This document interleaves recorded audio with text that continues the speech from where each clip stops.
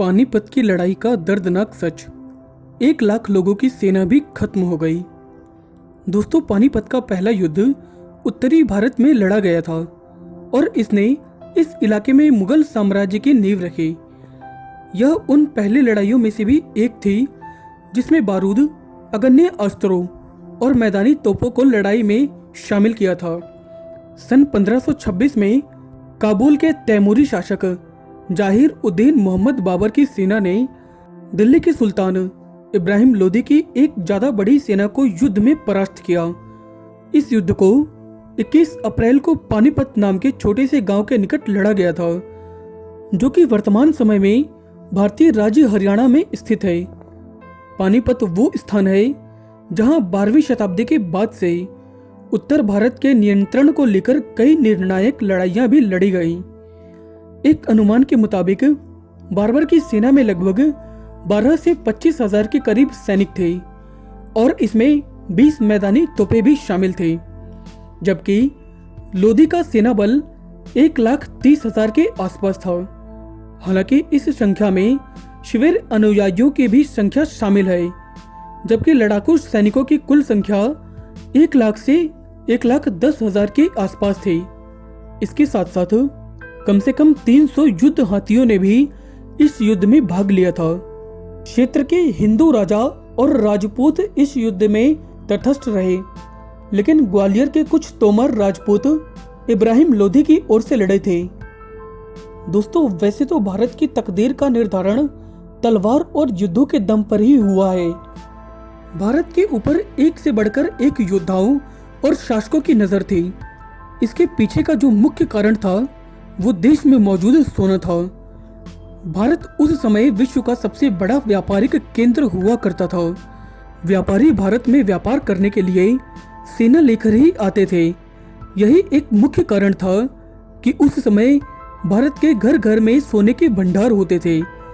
इसके अलावा भारत के मंदिरों में उस समय सोने के अपार भंडार हुआ करते थे। यही एक मुख्य कारण था कि विदेशी शासक भारत में लूटपाट के लिए आना चाहते थे। उत्तर भारत में मुगलों का प्रवेश जिस लड़ाई के बाद हुआ उसे असल में पानीपत की लड़ाई बोला जाता है। पानीपत की यह एक ऐसी लड़ाई थी जिसे मुगल बारूद के दम पर लड़ रहे थे। हिंदू राजाओं की कायरता। दोस्तों, पानीपत की लड़ाई के बारे में हमें आगे जानने से पहले यह जानना जरूरी है कि आखिर क्या मुगलों में वाकई दम था या फिर वह बस किस्मत के भरोसे ही उत्तर भारत पर कब्जा करने आए थे। असल में इब्राहिम लोदी नवंबर 1517 में अपने पिता सिकंदर लोदी की मृत्यु के उपरांत दिल्ली के सिंहासन पर विराजमान हुआ। पिता की मृत्यु के बाद राज्य को संभालना बेटे के लिए वाकई मुश्किल हो गया था। दिल्ली की सत्ता और जनता दोनों की ही स्थिति बहुत ज्यादा अच्छी नहीं थी, लेकिन इस मौके का फायदा किसी भी हिंदू राजा ने नहीं उठाया। असल में तब उत्तर भारत के आसपास के राजा एक होकर दिल्ली पर हमला कर देते तो आसानी से दिल्ली को वापस प्राप्त किया जा सकता था। लेकिन एक कड़वा सत्य यह भी है कि उस समय हिंदू राजाओं का खून भी ठंडा हो चुका था। कैसे उत्तर भारत पर मुगलों का हुआ कब्जा।